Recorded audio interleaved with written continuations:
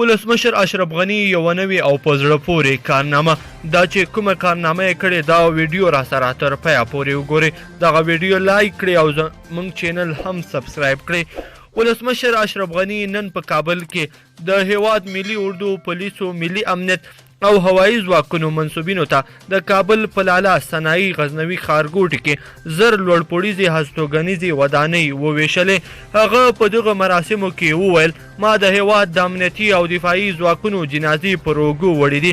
دا زما لپاره د ویاړ ځای دی ځکه دوی د هیواد د عزت د ساتنې په برخه کې خپل سرونه نظرانه کړي دي.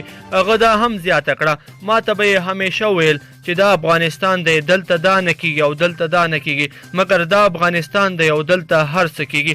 ولسمشر دا هم زیاته کړه زه چې ولسمشر شوم ما ته یې ویل چې په کابل ښار کې دولتي ځمکه نشته ټولې چور شوي دي.